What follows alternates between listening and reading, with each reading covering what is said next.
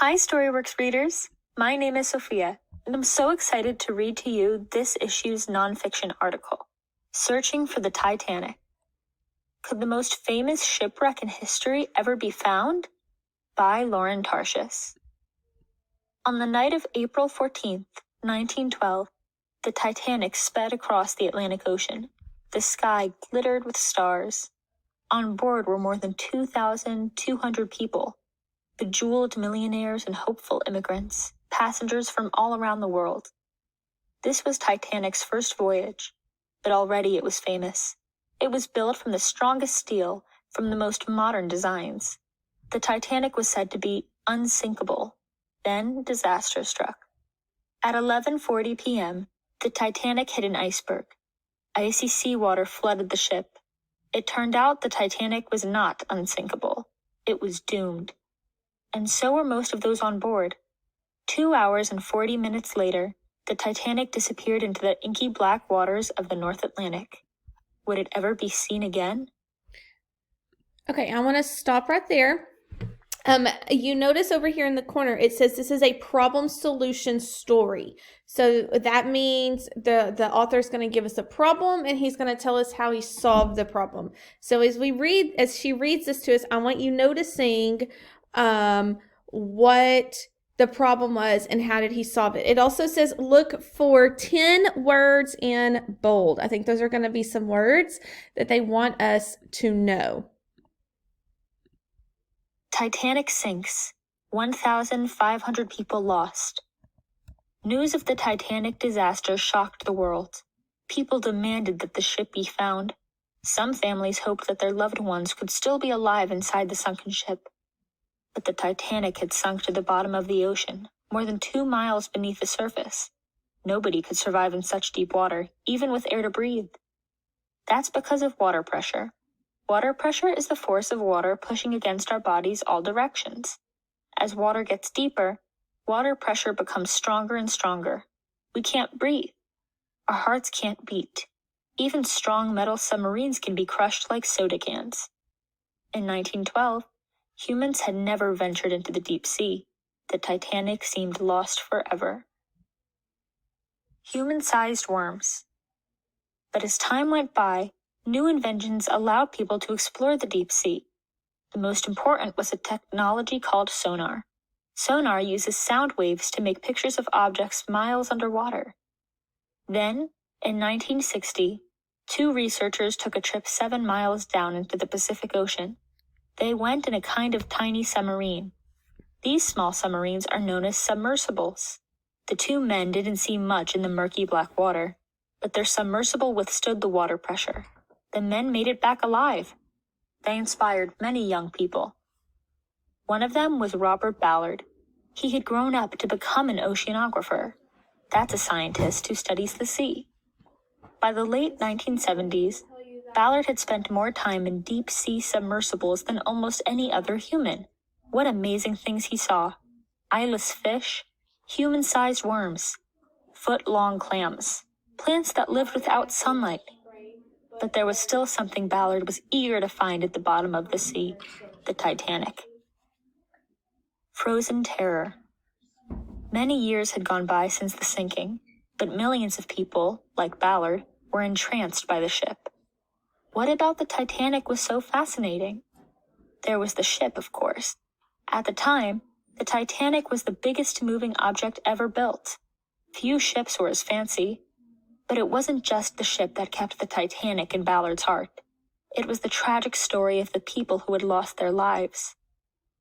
More than 1,500 people died in the sinking, and most of their deaths could have been prevented.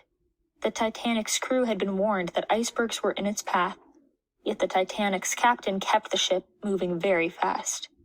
Even after the accident, almost everyone could have survived, but there were not enough lifeboats for everyone on board. In the years after the disaster, survivors shared their terrifying memories. They remembered the cries they had heard as the ship went down. They remembered their hours frozen with terror in the lifeboats. They remembered their tears of relief when they were rescued by a ship named Carpathia. Reading these poignant stories, Ballard became more determined to find the ship.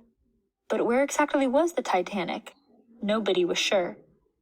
Titanic's crew had sent its location after it hit the iceberg, but the Titanic had definitely drifted in the more than 2 hours before it finally sank. Ballard scoured historical records. Finally, he chose a 100-square-mile area of ocean to search. In 1977, he and a team set out for the North Atlantic. He was excited. But then, just 2 days into the voyage, there was an accident on board. A big piece of the ship came loose. $600,000 worth of borrowed equipment plunged into the sea. Devastated, Ballard returned home. Other dreams. Ballard's failure made it hard for him to get money for another search, and soon he had a rival, a millionaire named Jack Grimm. Grimm loved spending his money on unusual quests. Over the years, he'd searched, without success, for Bigfoot and the Loch Ness Monster. In 1980, he decided to search for the Titanic. Grimm hired top scientists. Ballard felt certain the team would succeed. He tried to forget about his Titanic dreams. Luckily, Ballard had other dreams to think about. For years, Ballard had wanted to create a better way to explore the deep sea. Small submersibles had let scientists like Ballard travel far down in the sea, but those journeys were perilous. Plus, the submersibles could stay down only for a few hours at a time. Ballard had an idea. He wanted to invent a new kind of submersible, one he called Argo. It would not need a human inside. It would be an underwater robot covered with cameras. Scientists on the surface would be able to see the images on TV screens. Ballard and the team got to work on Argo. Meanwhile, Grimm's Titanic search went on without success. Finally, after 3 separate missions, Grimm ended his Titanic search. Bomb craters. By 1984, Ballard was ready to try again. This time would be different, though. Now Ballard could use Argo. The new video submersible worked just as Ballard had imagined it would. In one of its first tests, Ballard used Argo on a secret U.S. Navy mission. The mission was to find 2 sunken submarines. Both subs had disappeared in the Atlantic in the 1960s. Using Argo, Ballard quickly found the subs, and those searches taught him an important lesson.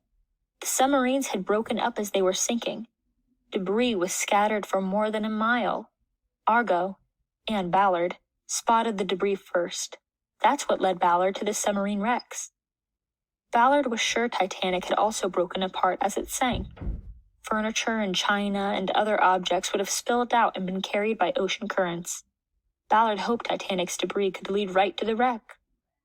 On August 24, 1985, Ballard and his team were back in the North Atlantic. They sent Argo to the area near where the Titanic most likely sank. The days ticked by. There was no sign of the Titanic. Ballard started to panic. The U.S. Navy was paying for this mission. The Navy had provided the ship and equipment. It had given Ballard a strict deadline. Ballard and his team didn't have much time before they'd have to end the search and go home. Was this mission going to end in failure? Ship of Dreams. On September 1st, Ballard went to his cabin to try to sleep.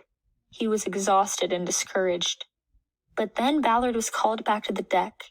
He hurried to the control room. There, his team was staring at something on one of the TV screens. It was a huge metal object covered in rust. Ballard's heart pounded. He realized what he was looking at. One of the Titanic's boilers, a part of its engines.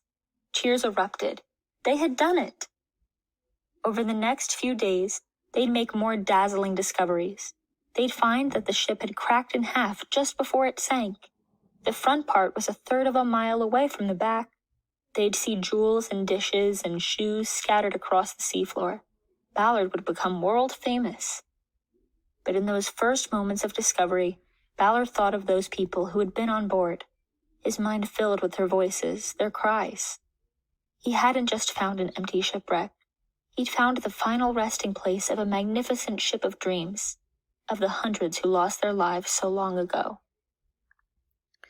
Okay, so I want us to talk for a minute of what do you think the problem was, and then what was the solution. So I want you to think about Ballard and what the problem was in the story, and then what was the solution in him trying to solve it. So if you can just think about that on your own, I think it's pretty obvious what the problem was and how he solved it. I also want us to notice here all of these photographs and these text features here. We're going to talk about text features tomorrow, but why would they include all of these photographs and these headings and things like that in this magazine? Why would Robert Ballard want that included in his article? I think it's because it helps us better understand. I know that this was a really, really long time ago, and so maybe I didn't understand what it looked like or the importance of it. So when I have these pictures and these captions, it really helps me understand what things looked like. And even like these guys under the sea and what they're doing, it helps me visualize and understand better what is going on. And you notice here all of the headings let us know what was going on throughout the story. So they gave us the information about what each topic was going to be, about what each paragraph or that section was going to be about, almost like a main idea.